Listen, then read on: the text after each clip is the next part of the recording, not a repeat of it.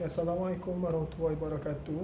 Okay, hari ini saya nak tunjuk cara untuk mencuci keris. Okay, ada berapa barang yang boleh digunakan untuk mencuci keris. Okay, yang ni yang kebiasaan yang biasa saya lakukan lah dan diajar oleh guru saya. Okay, guru saya dalam keris lah.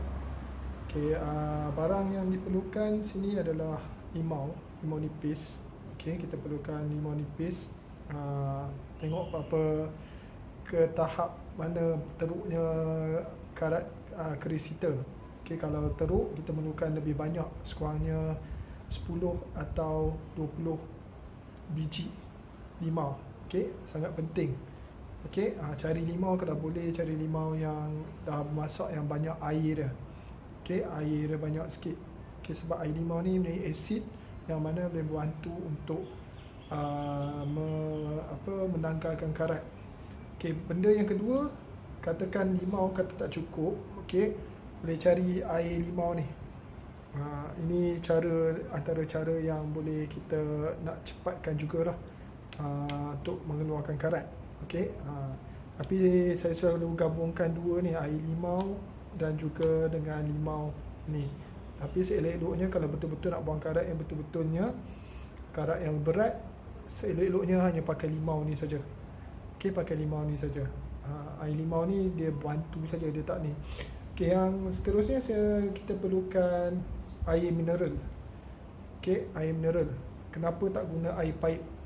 Air paip ni sebabnya daripada apa yang saya belajar, air paip ni sebab dia banyak kandungan klorin, dia akan mempercepatkan lagi karat. Okey, kalau nanti yang air ni digunakan untuk membilas keris yang dah basuh, kita akan bilas menggunakan air mineral. Okey, bahan yang ketiga kita perlukan sini urus gigi. Urus gigi. Ini tujuannya untuk menggosok karat nanti bila kita dah rendam. Kita akan guna berus gigi ni untuk menggosok karat-karat supaya senang keluar.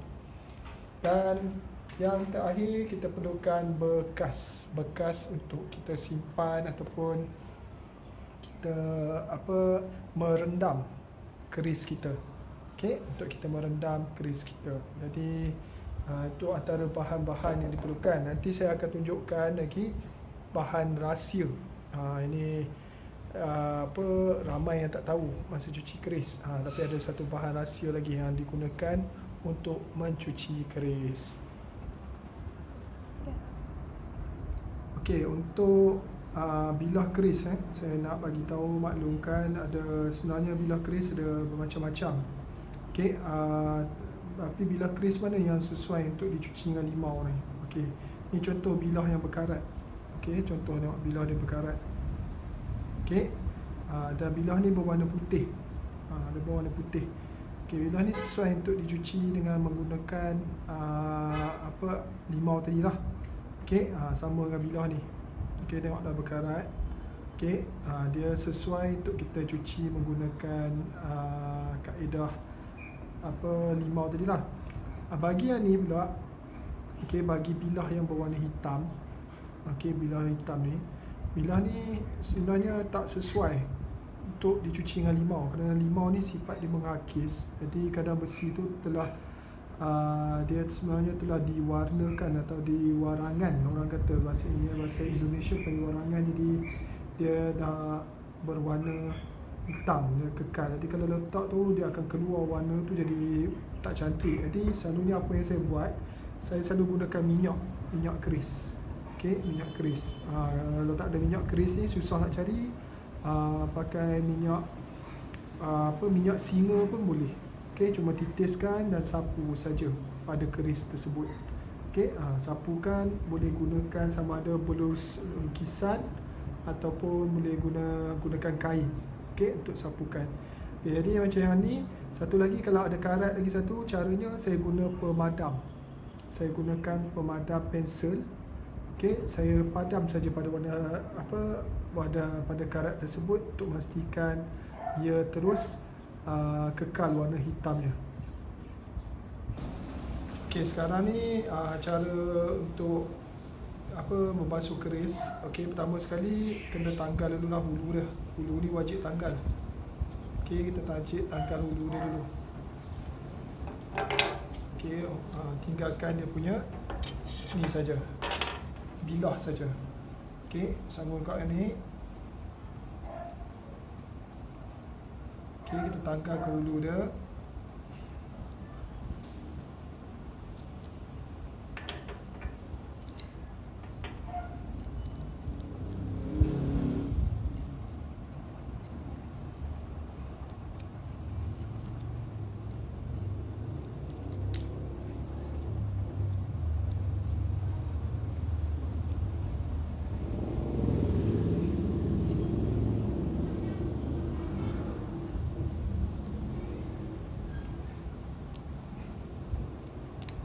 Okey, dah kita tangkalkan. Okey, kita biarkan macam ni. Okey. Kita akan masuk bahagian macam mana nak cuci dia. Okey. Okey, ini cara nak kita cuci dah. Okey, kita dah bersihkan seelok-eloknya. Bersihkan segala kotoran dululah. Okey, sekiranya keris anda tumpul ataupun tak, orang kata tak tajam. Okey, boleh guna pisau dulu. Okey, guna pisau dulu untuk potong ni. Potong pada dua. Sekiranya pisaunya tajam, keris anda tajam, okey, kita hanya buat macam ni je. Okey, kita alihkan, tengok dia dah mula potong. Okey, alihkan daripada ni sampailah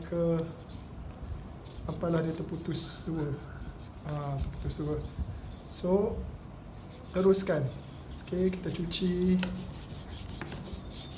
Okey, gunakan tadi limau ni, tekan. Kita tolak untuk keluarkan segala. Tengok.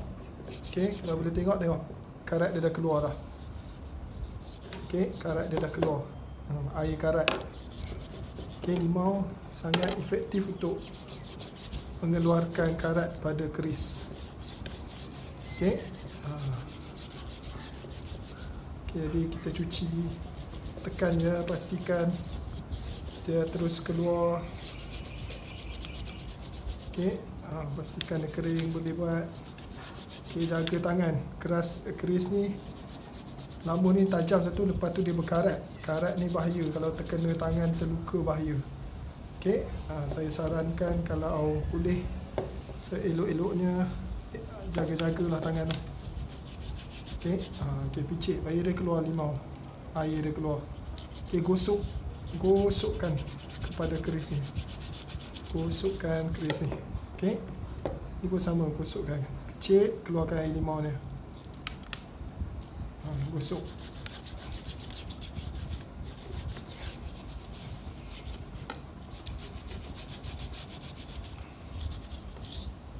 Okey, kita cuma perlu cuci hulu dia saja. Nanti bila kita rendam nanti, kita akan rendam sekali dengan dia punya puting. Okey, kalau ada air dia, kecil dia lagi keluar. Okey, untuk pilah kedua pula.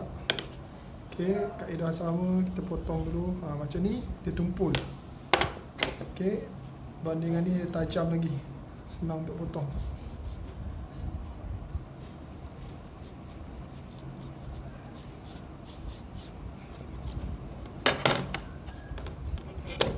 Okey, gunakan.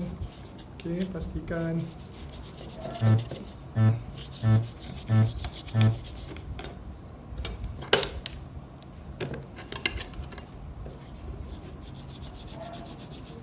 Okey, cuci pada semua ni, picit air dia. Keluarkan air limau tu. Alirkan di atas bilah. Okey, kemudian gosok dengan limau. Okey, gosok.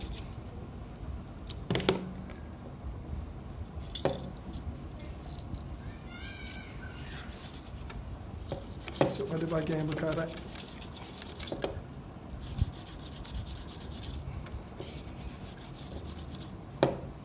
Okey, air tu biar je takung di dalam bekas kita tu.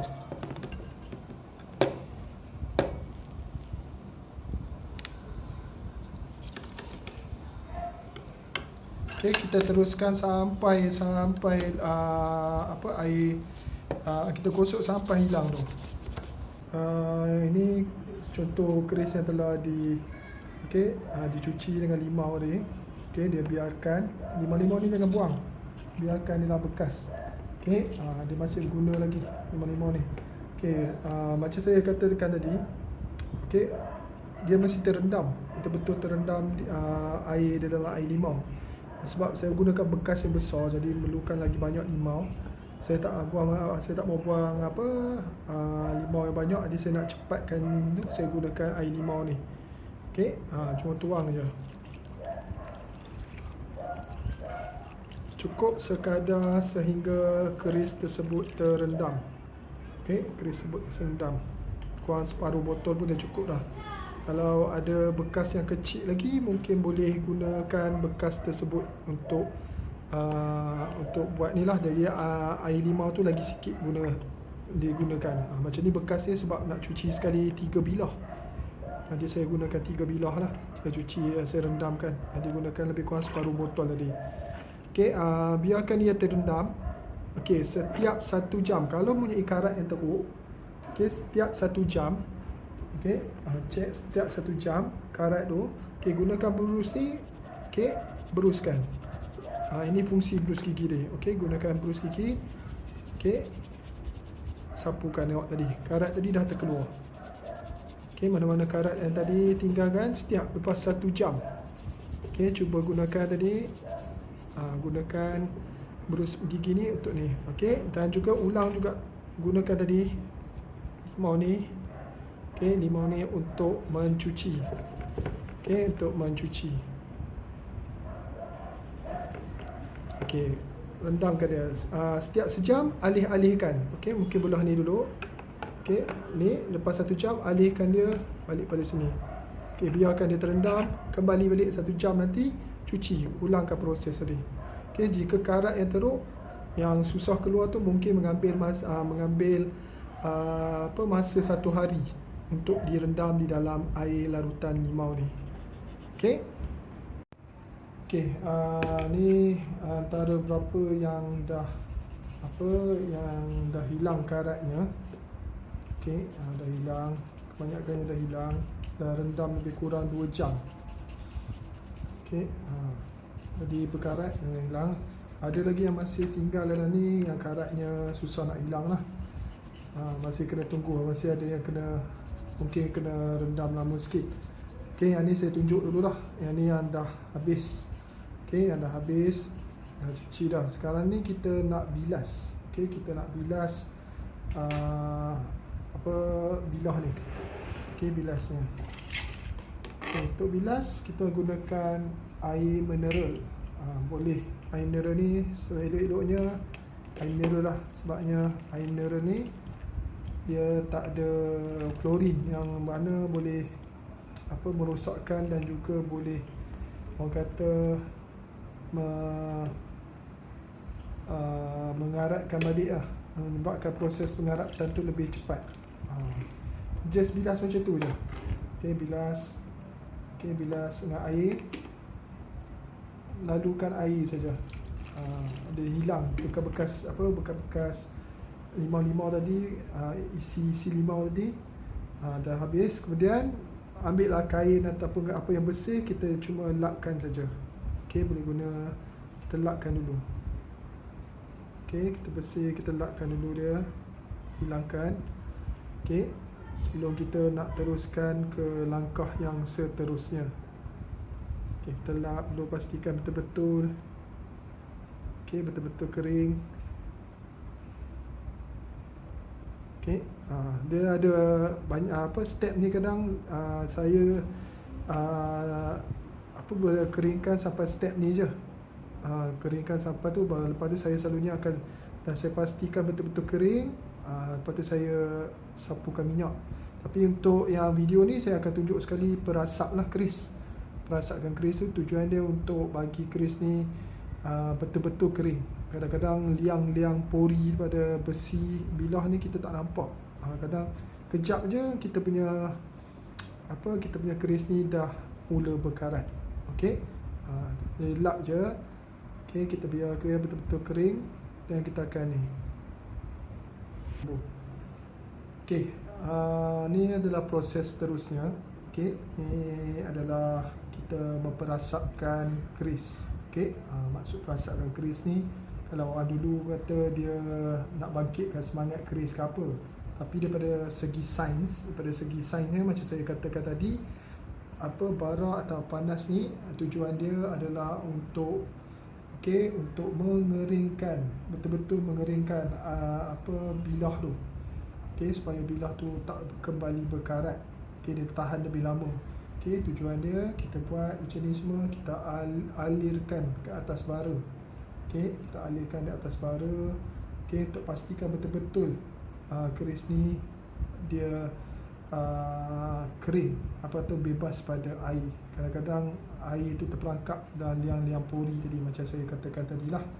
Kita alirkan. Pastikan betul-betul. Ada juga pada waktu ni orang kata dia nak wangikan keris dia. Keris kena bersih, keluar bau wangi je kan. Yang tu kita gunakan kemian.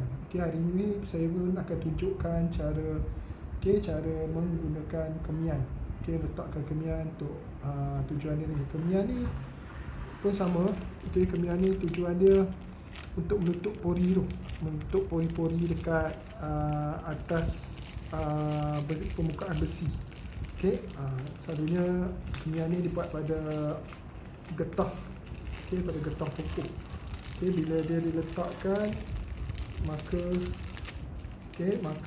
ia akan melekat pada dia akan melekat pada pada keris tersebut.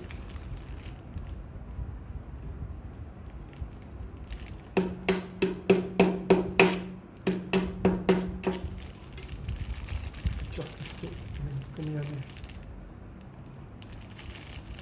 Masuk gula maharam ni. Ini adalah cara dia.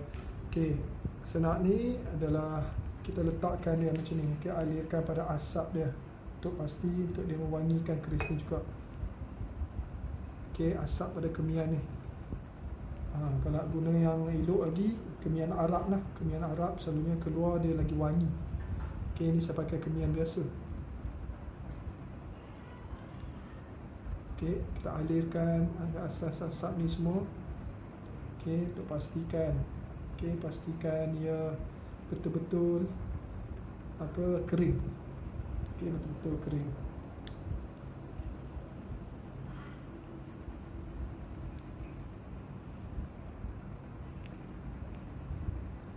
Dia tak ada tujuan mistik ke apa, tak ada. Lebih macam saya katakan tadi, bila terbakar ni getah getah dan kemian ni akan menutup liang pori-pori daripada permukaan besi ni, supaya besi tahan lebih lama dan tidak berkarat.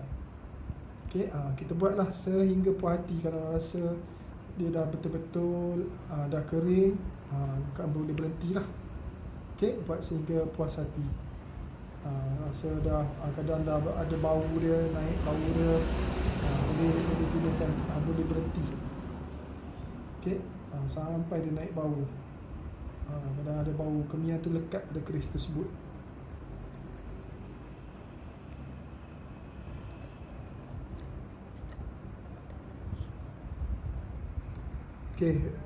Selepas kita habis perasap tu, langkah yang terakhir atau langkah penyimpanan dia adalah kita meletakkan minyak. Kita meletakkan minyak.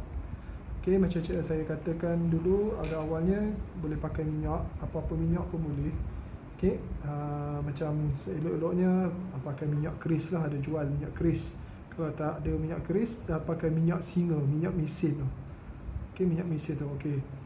Tak titiskan pada tu. Gunakan brus ni, brus lukisan tu, untuk sapukan ke seluruh bahagian keris. Tadi titiskan, mana semua tu kenakan bahagian dia, sebab nak bagi dia satu lapisan. Lapisan yang betul-betul boleh menghalang karat. Pastikan sekurang-kurangnya dia akan bertahan selama setahun. Tak karat, ada dalam sarungnya. Okey, sebelah dah, sambung pula lagi sebelah. Okey, sama juga. Letakkan minyak, tiriskan minyak dan gunakan berus lukisan. Okey, sapukan. Kalau sini pada waktu ni kalau boleh tangan jangan sentuh dah bilah. Okey, jari-jari kita ni akan menyebabkan dia akan lagi karat lah. Kalau boleh jangan sentuh bilah dah. Sebab tu gunakan berus lukisan ni untuk memastikan tangan kita tak tersentuh pada bilah.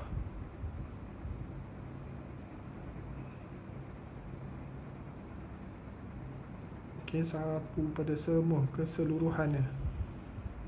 Pastikan betul-betul dia diliputi oleh minyak.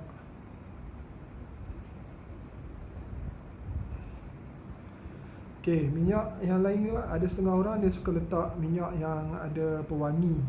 Okey, ada pewangi. Ada minyak yang ada minyak gaharu ke minyak apa ke boleh pakai. Tapi selalunya saya rasa saya lebih risau kadang yang menyebabkan bilah tu lagi cepat menghitam. Dia jadi kalau kita cuci betul-betul sebenarnya bilah tu akan jadi warna putih. Macam yang ni sebenarnya bilah ni dia ada campuran besi hitam dan besi putih. Dia tak nampak sangat. Tapi kalau bilah yang biasa tu dia ada ni. Okey, yang terakhir sekali adalah lepas kita minyak tu kita masukkan ke dalam sarungnya balik. Sebab apa kita nak masukkan hulunya balik. Okey, kat hulu ni pun kita letakkan sedikit minyak sebab tadi kita pegang tangan kita kan. Okey, letakkan sedikit minyak. Okey, sebelum dan lepas tu barulah kita tutup balik. Okey, ikatkan balik kain. Ni kain ni tujuannya ikat dia nak bagi ketatnya. Bukan benang ke kain ke. Okey, untuk ketatkan hulu. Tak ada tujuan apa pun. Tujuan dia hanya untuk ketatkan hulu ni saja. Supaya hulu tu tak senang tercabut. Okey.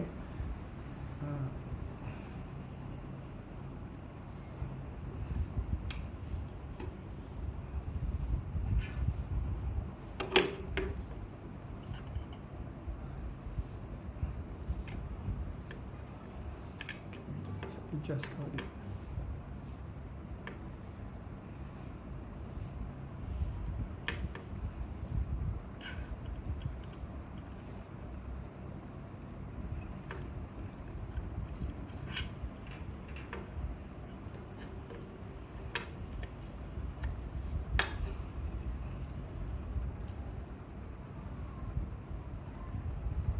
Okey, adjust untuk senang masuk pendukuk.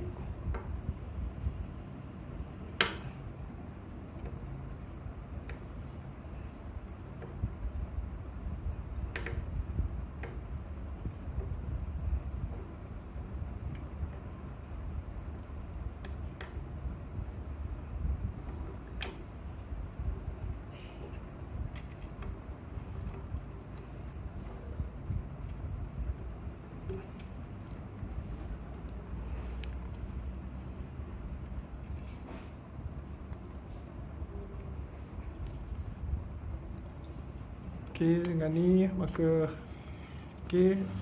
siaplah kita membersihkan keris kita. Okey, kita simpan balik untuk elok-elok. Okey, simpan